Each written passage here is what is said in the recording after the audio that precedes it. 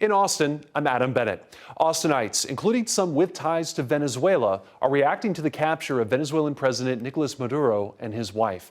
KVUE's Daniel Gomez caught up with some of them. Elizabeth Guns is among those who are rejoicing after answered prayers Saturday. It will start a new Venezuela. It will start the Venezuela that we all hope that it will be, a Venezuela that is prosperous. The United States carried out its mission to capture Venezuelan President Nicolas Maduro. Explosions were heard in the country's capital city of Caracas. It was very targeted. It was targeted to the three places where Maduro could be or an airplane to take him out of the country could be. He is now detained in New York City with his wife. Both are awaiting court proceedings for federal charges of narco-terrorism conspiracy, cocaine importation conspiracy, and weapons charges. As we come back from the new year celebrating with family and friends and our loved ones, they have chosen to kidnap the president of a sovereign nation. Scarlett Lopez is with the Party for Socialism and Liberation. She doesn't believe the capture of Maduro was justified. It's a power grab, it's an oil grab, and we have to see it for what it is. The developing situation undoubtedly bringing strong emotions. I know it's hard to understand the fact that United States is invading Venezuela today. It's not actually an invasion. I mean, the country is really ruined down because of the regime. I didn't think I could be more disappointed in our government. For now, Venezuelans are anxiously waiting to see what comes next. Daniel Gomez, KVUE News. And on Tuesday, there's a special Mass for Venezuela at St. Joseph Catholic Church in Manor at 6 p.m. Well, Austin hemp retailers are raising new concerns over a fresh set of proposed rules from the Texas Department of State Health Services. That department rolled out the proposal recently to regulate the manufacture, distribution, and retail sale of consumable hemp products across Texas. Sellers say they come with steep fees that could price out small businesses. Local businesses like Restart CBD say the proposed rules would significantly change how consumable hemp products are regulated in Texas. KVUE's Brenda Perez explains the potential impact. Stepping into the new year, Texas health officials look to ramp up regulation on the state's hemp industry. Some of the proposed rules include mandatory product recalls, complaint tracking, testing requirements, and strict 21 and over age verifications. This in line with the governor's executive order signed in September, which aimed to restrict minors' access to hemp-derived THC products and strengthen oversight across Texas. This is a long time coming, but action is actually being taken now. Washeda Tarabi, co-owner of Restart CBD, says it introduces long overdue consumer protections. Other provisions, like new licensing fees, raise serious concern. We are licensed through the Department of State Health Services, and so we pay into a program to be regulated, and those fees are in the hundreds of dollar range, and the proposed changes would increase that fee from a retail perspective to $20,000 annually per location. The proposal would also increase licensing fees for manufacturers to $25,000 annually.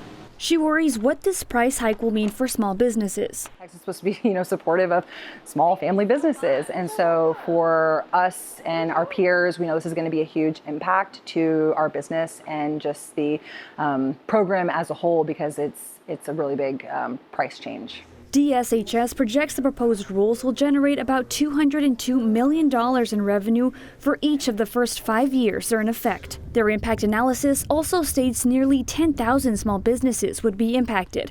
Trabi says while these rules aren't final, she encourages the community to weigh in. Time to get people involved, and so know that your voice needs to be heard to help protect and save this next chapter for the hemp industry here in Texas. DSHS is taking public comments through January 7th. Now, if adopted, these rules could take effect as early as January 25th. Well, this year, voters will head back to the polls. Texas Democrats have high hopes, and they're trying to go on the offensive to shrink Republican control in the Lone Star State. For the first time in several cycles, national Democrats are planning to put resources into Texas. KVUE's Daniel Perot has more on the effort to flip GOP-controlled state House districts.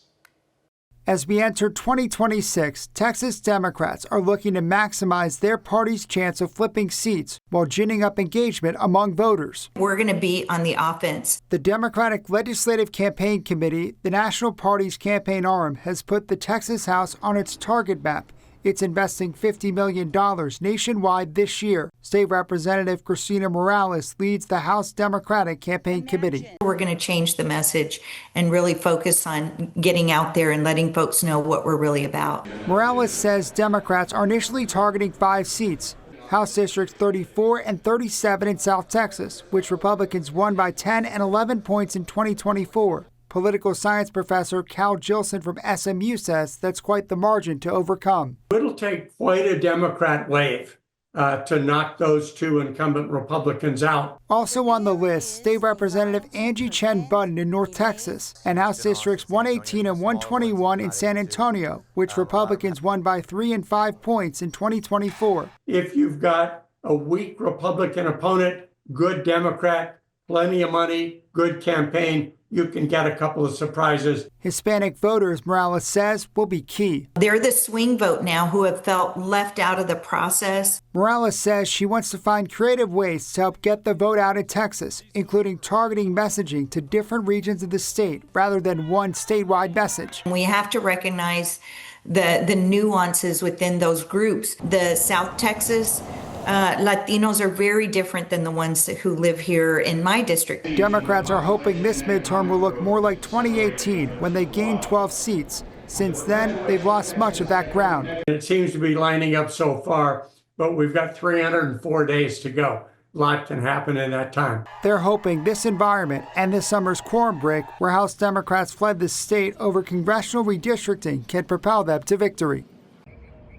Now, Republicans currently control 88 out of 150 Texas House seats, so that means Democrats would need to flip 14 seats to win control of the lower chamber. That's a tough task, even in the most favorable conditions. But even if they don't take control, if Democrats can cut the GOP majority in the House, they could increase their influence over the chamber.